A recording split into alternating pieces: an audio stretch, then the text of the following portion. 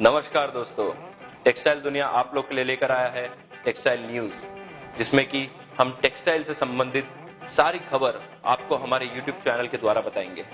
और आज का हमारा सबसे पहला टॉपिक है GST। लेकिन घबराइए मत, हम आपको कई वीडियो के द्वारा GST के लिए बड़ी आसानी से रेडी कर देंगे। और ये जो वीडियो है ये हमारे सूरत के टेक्सटाइल ट्रेडर्स के लिए है।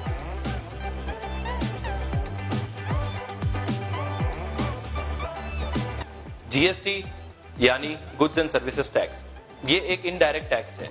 पहले इनडायरेक्ट टैक्स में आता था एक्साइज ड्यूटी, वैट और सर्विस टैक्स। अभी ये सब सरकार ने हटा करके एक सिंगल टैक्सेशन कर दिया है और उसको वो बुला रहे हैं GST। GST कोई भी सप्लाई पे लगेगा, सप्लाई चाहे वो गुड्स की हो या सर्विसेज की हो। हमारी सरकार कह रही है अगर आपने कोई भी गुड्स या सर्विसेज एक कंपनी से दूसरी कंपनी में या एक कंपनी से किसी कस्टमर को पास ऑन किया तो उस पे आपको GST लगाना रहेगा।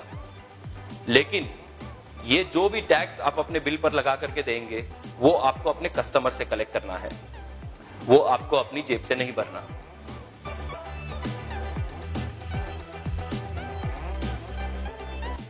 टेक्सटाइल के ट्रेडर्स अभी तक टैक्स लायबिलिटी से वंचित थे, लेकिन अब टेक्सटाइल के सभी ट्रेडर्स को GST टैक्सेशन में आना पड़ेगा। और आप सोच रहे होंगे कि ये सब तो ठीक है, लेकिन क्या हमारा प्रोडक्ट इससे महंगा होगा?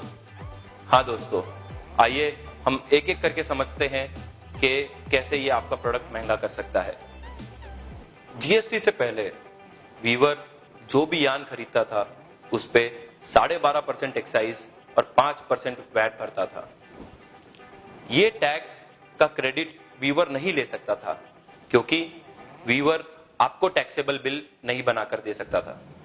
अब GST के बाद वीवर अगर मैनमेड यान खरीदता है तो उसमें 18% टैक्स, और अगर नेचुरल यान खरीदता है तो उसमें 5% टैक्स भर करके लेगा।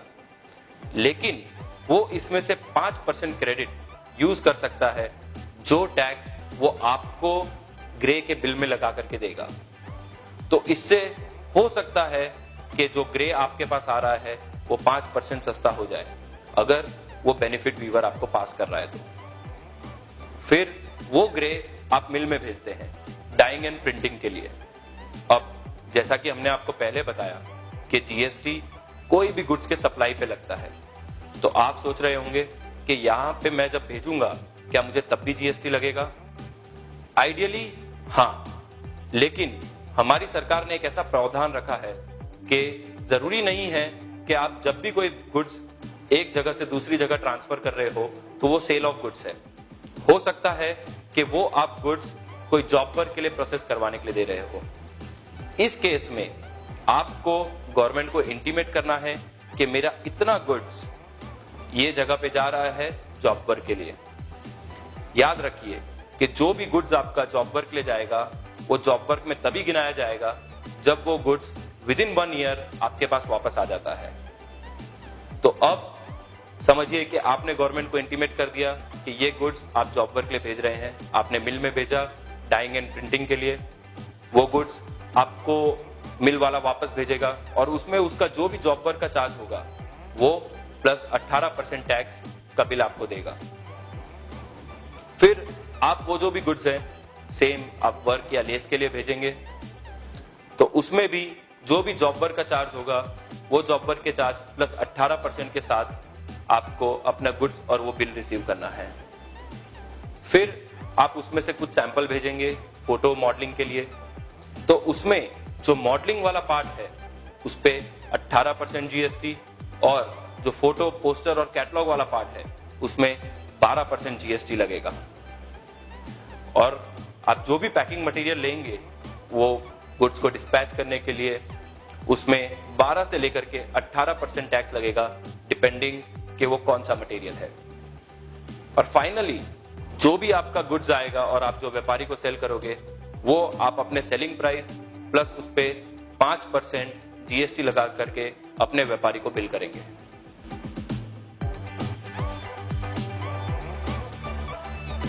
इनपुट टैक्स समझने के लिए अभी हम एक एग्जांपल लेंगे।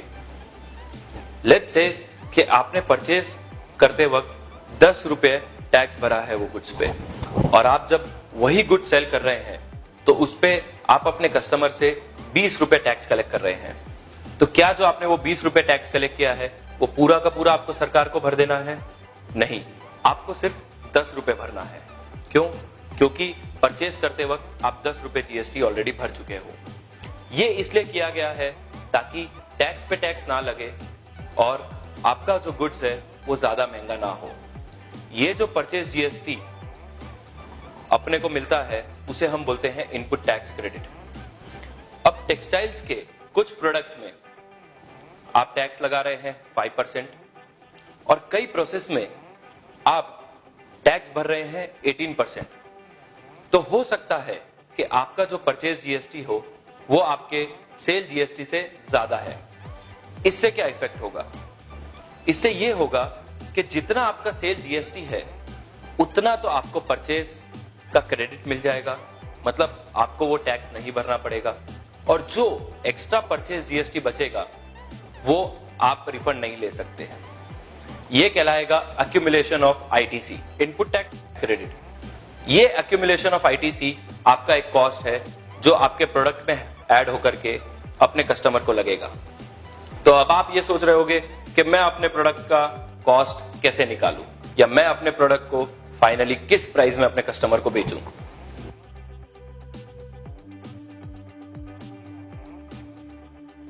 तो आपका फाइनल प्राइस ऑफ प्रोडक्ट है cost price, that is purchase of goods without GST plus profit plus purchase GST minus sale GST in case of accumulation of ITC, और इन सब में प्लस 5% जीएसटी। तो इसी कारण से हमने आपको जैसा कि पहले बताया था कि हो सकता है आपका प्रोडक्ट जीएसटी आने के बाद महंगा हो जाए। हालांकि वरिष्ठ सीए के ग्रुप्स ने और टेक्सटाइल की कई संस्थाओं ने सरकार से ये रिक्वेस्ट की है कि पूरी टेक्सटाइल के लाइन पे एक ही टैक्सेशन रहे जिससे कि एक्यूमुलेशन ऑफ आईटीसी ना हो। और एक और रिक्वेस्ट ये की गई है कि अगर वो एक्यूमुलेशन ऑफ आईटीसी होता है तो वो हमें रिफंड कर दिया जाए, जिसके कारण हमारा प्रोडक्ट का कॉस्ट ना बढ़े।